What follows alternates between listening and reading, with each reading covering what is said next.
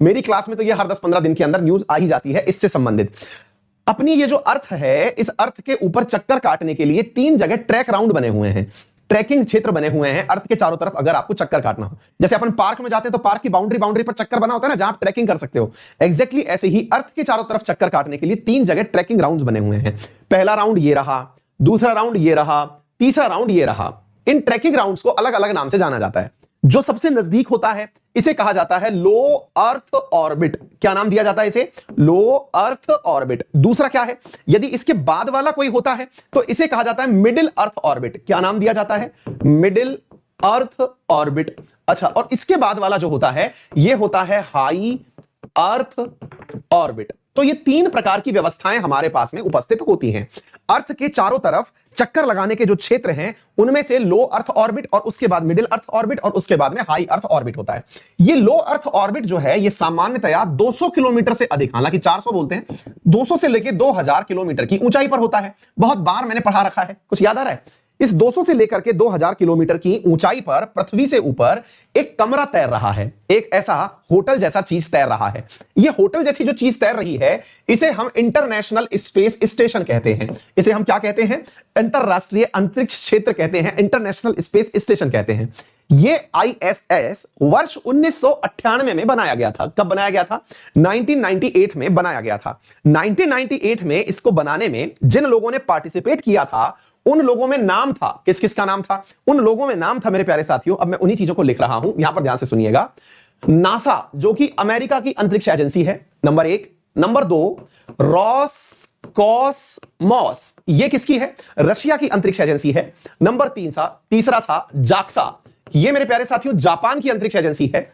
इसके बाद में साथियों चौथे नंबर पर था यूरोपियन स्पेस एजेंसी, जो कि यूरोपियन यूनियन की स्पेस एजेंसी है।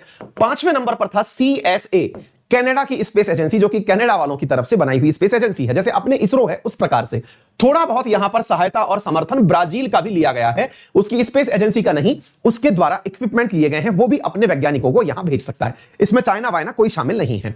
प्रमुख रूप से 5 स्पेस एजेंसी इसमें शामिल हैं। ये क्या है साथियों? ये लगभग 450 टन का, अपन अगर धरती पर वजन नापे तो 450 गुणा 1000 कर लो आप, है ना? तो इतने टन का, लगभग 4.5 लाख किलो का एक घर है धरती पर, जिसका वजन इतना हो, वो एक घर है। इसे ISS अंतरराष्ट्रीय स्पेस स्टेशन कहते हैं। इस ISS के अंदर 5 कमरे हैं साथियों, होने को 3 BHK है ये, लेकिन कमरे 5 हैं। कमरे 5 हैं और उन 5 कमरों में 5 रूम का सेट है साथियों, एक बड़ा रूम सेट है। वहां पर 5 अंतरिक्ष यात्री रह सकते हैं। इसके अलावा विजिटर भी अगर पहुंचे तो वो रह सकता है। तो 3 रूम तो ऐसे हैं जिसको मैं 3 BHK घर कहता हूं, जिसमें ऑलरेडी अंतरिक्ष यात्री रहते ही हैं। यहीं पर जितने भी अंतरिक्ष यात्री आप पढ़ते हैं, जैसे अगर आपको मालूम हो तो UAE के द्वारा अपनी पहली महिला को अंतरिक्ष में भेजने के लिए चुना गया है। जरा नाम बता दीजिएगा। नोरा करके नाम है, जरा जल्दी से बताइए कि वो कौन सा, पूरा नाम बताइए। नोरा के पीछे नोरा फतेही नहीं है, कोई और नाम है, जरा बताइए। तो वो जो UAE से चुना गया है वो भी यहीं जाता है। जो भी व्यक्ति अंतरिक्ष की यात्रा पर जा रहा है उसे धरती से ले जाकर के इस जगह टिका दिया जाता है। इस घर की मैं खासियत बताता हूं आपको। खासियत क्या है साथियों? ये पृथ्वी पर चक्कर जब लगाता है तो एक दिन में ये पृथ्वी के, मेरे प्यारे साथियों, हां, सूरज कुमार, इसको लेकर कैसे गए बेटा? इसको रॉकेट्स के माध्यम से पहुंचाया गया और वहीं जाके असेंबल किया गया, है ना? अच्छा, इसके बाद में और एक चीज सुनिएगा साथियों। इसकी खासियत यह है कि ये 24 घंटे में पृथ्वी के 15.5 चक्कर लगा देता है, 15.5 राउंड लगा देता है। आप सोच के देखिए, ये 24 घंटे में पृथ्वी के, यानी लगभग 90 मिनट के आसपास पृथ्वी के ये पूरा चक्कर लगा देता है।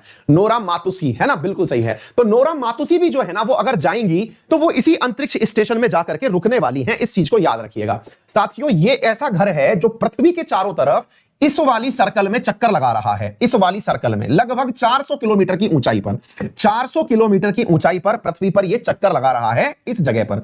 साथियों ये जो है, ये जो घर सा बना हुआ है, ये घर लगभग 93 मिनट के अंदर, मेरे प्यारे साथियों, एक चक्कर पूरा कर देता है। एक चक्कर धरती का पूरा कर देता है। आप सोच के देखिए, 400 किलोमीटर की ऊंचाई पर 93 मिनट में एक चक्कर पूरा कर देता है। इसकी औसत स्पीड है 7.7 किलोमीटर पर सेकंड की रफ्तार से यह पृथ्वी के चारों तरफ चक्कर काट रहा है।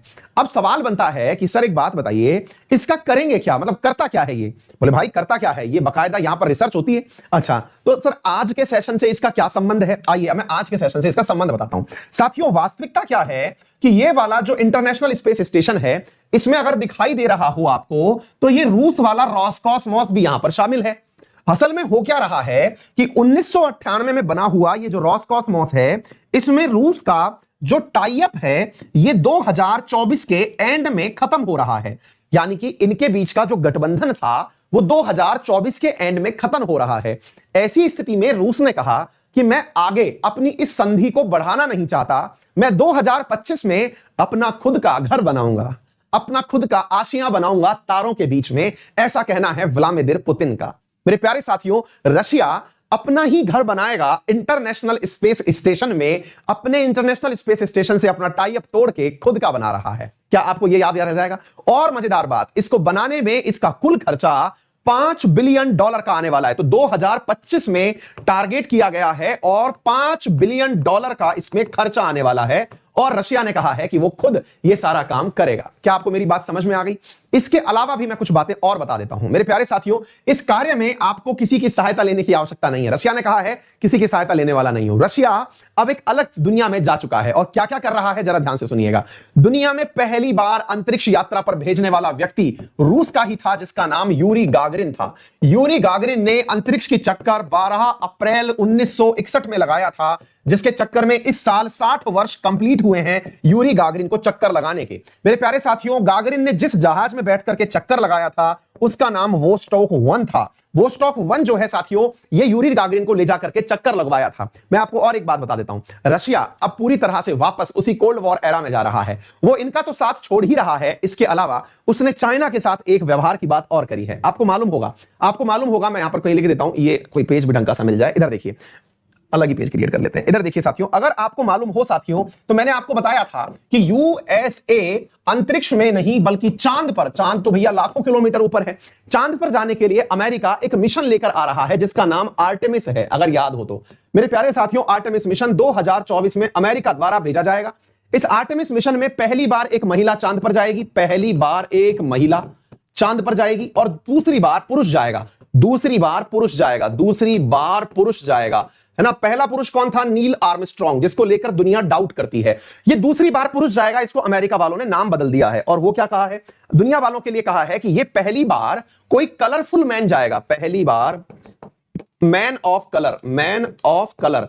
इसका मतलब क्या हुआ कि यहां पर किसी अंग्रेज को यहां चांद पर नहीं भेज रहे, किसी यूरोपियन या अमेरिकन को चांद पर नहीं भेज रहे। मिशन आर्टेमिस 2024 में जाएगा, जिसके अंदर 6 महीने तक चांद पर ही रहने की व्यवस्था की जाएगी। चांद पर 6 महीने तक लोग निवास करेंगे, ऐसा मिशन ये भेज रहा है।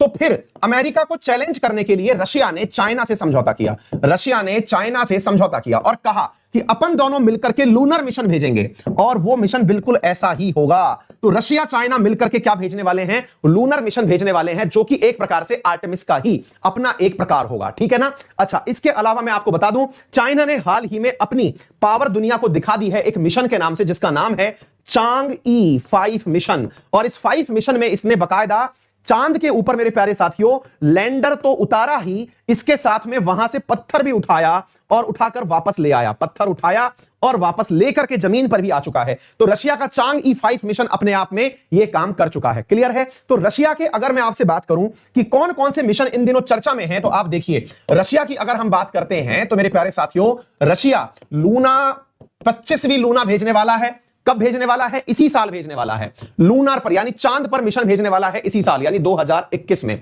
इसके साथ साथ अपना स्पेस स्टेशन बनाने वाला है, स्पेस स्टेशन बनाने वाला है। कहां पर बनाने वाला है? अंतरिक्ष में 400 किलोमीटर की ऊंचाई पर। कब बनाने वाला है? 2025 में बनाने वाला है। रशिया के द्वारा हाल ही में लूना के बारे में बता दिया, स्पेस स्टेशन के बारे में बता दिया। चांद पर रहने के लिए घर बनाने वाला है, उसे लूनर स्टेशन नाम दिया गया है। आर्टेमिस का विकल्प होगा चाइना के साथ मिलकर के। किसके साथ मिलकर के? चाइना के साथ मिलकर के। अच्छा, इसके अलावा अगर आप भारत की बात करें तो भारत कहां चल रहा है, मैं आपको भारत का भी इतिहास बता देता हूं। मेरे प्यारे साथियों, भारत की बात सुन लीजिए। इंडिया क्या कर रहा है? अब इंडिया कहां है, ध्यान से सुनिएगा। इन सभी चीजों का विकल्प इंडिया ने क्या बना रखा है? भारत भी अपने अंतरिक्ष स्टेशन जैसा ही कुछ बना रहा है, और वो क्या है मेरे प्यारे साथियों? इधर देखिएगा, भारत अपना गगनयान मिशन जो भेज रहा है, गगनयान मिशन, वो असल में एक प्रीकर्सर है। प्रीकर्सर यानी कि एक बड़ी घटना से होने से पहले का एक छोटा प्रारूप। किस चीज का? जिसमें भारत अपना स्पेस स्टेशन अंतरिक्ष में स्थापित करेगा। असल में गगनयान जो 5 से 7 दिन के लिए ही अंतरिक्ष में रहेगा, 2021 में भेजा जाना प्रस्तावित था, अब 2022 में जाएगा। वो गगनयान असल में हम लोगों के द्वारा अकेले ही अंतरिक्ष में एक घर बनाने का प्रयास किया जा रहा है, जो कि भारत का पहला मानव युक्त मिशन होगा। भारत के जो फ्लाइट पायलट्स उड़ करके वहां जाएंगे, वो already Yuri Gagarin institute Russia के अंदर ट्रेनिंग ले रहे हैं। तो भारत का जो मिशन है, ये मैन मिशन होगा, जिसमें अंतरिक्ष पर जाएंगे हम। भविष्य में गगनयान मिशन जो है, इसी को अपने अंतरिक्ष स्टेशन का प्रारूप मानते हैं कि भविष्य में हमारे साथ भी ऐसा ही होगा। चंद्रमा पर हम चंद्रयान 3 भेज रहे हैं। चंद्रमा पर हम चंद्रयान 3 भेज रहे हैं। चंद्रयान 3, हम चंद्रयान 2 भेज चुके थे, जिसमें हमको लैंडर करना था, लेकिन लैंडिंग नहीं हो पाई। चाइना का चांग E5 जो है, वो हमारे बाद भेजा गया, लैंडिंग कर लिया, पत्थर उठा के वापस ले आया। इंडिया अपना चंद्रयान 3 इसी साल तक भेजने का प्रयास कर रहा है, लेकिन कोरोना के कारण ये सब चीजें 2022 में शिफ्ट हो गई हैं। आदित्य L1 लैग्रांजे पॉइंट 1 भारत सूर्य की तरफ भेज रहा है, जो L1 पॉइंट पर जाकर टिकेगा और पृथ्वी और सूर्य के बीच के L1 पॉइंट, लैग्रांजे 1 नंबर पॉइंट पर जाकर टिकेगा। यह भारत के द्वारा भविष्य में भेजे जाने वाले वो मिशन हैं जिन्हें आपको समझना जरूरी है। उम्मीद है आप लोगों को इसरो के द्वारा किया गया कार्य भी समझ में आ गया होगा। तो रशिया की रोसकॉस्मोस, इंडिया का इसरो, ये सारे कार्य करेंगे। जल्दी से सेशन शेयर कर दीजिए अपने तमाम साथियों के साथ में और आगे पढ़ना शुरू करिए। हाँ, इंडिया वो भेज रहा है, ठीक है ना। चलिए आगे बढ़ते हैं। अरुण क्या पूछ रहे हैं? सर, क्या रशिया अपना ट्यूब बेच सकता है? ट्यूब क्या होता है? टाई अप बेच सकता है? बिल्कुल, काहे नहीं बेच सकता है? तुम खरीदने वाले हो क्या? अरे भाई, रशिया ने अभी ये कहा है कि 2025 में उसका एग्रीमेंट खत्म हो रहा है, तो बेचेगा क्यों, है ना।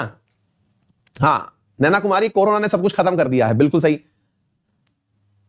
चांद छोटा बड़ा कैसे होता है? चांद छोटा बड़ा कैसे होता है? छोड़ दो, कोई दिक्कत नहीं बेटा, तुम जस्ट चिल रहो। चौथ का चांद देखो, पूर्णिमा का चांद देखो, साइंस दिमाग से बिल्कुल हटा दो। हाँ जी, क्लियर हो गया मेरे प्यारे साथी। ये सारी बातें मैंने आपको बता दी हैं। China and Russia to build lunar space mission, ये बारे में मैंने बात बता दी। इसके साथ साथ ही साथियों, ये यूरी गागरिन की अभी 60वीं एनिवर्सरी मनाई गई है, ये जानकारी मैंने आपको दे दी। 12 अप्रैल 1961 को यूरी गागरिन ने चक्कर लगाया था। एफकेट में 2015 में यह सवाल पूछा भी जा चुका है। चलिए आगे बढ़ते हैं साथियों अगले प्रश्न की तरफ। अगला प्रश्न क्या है?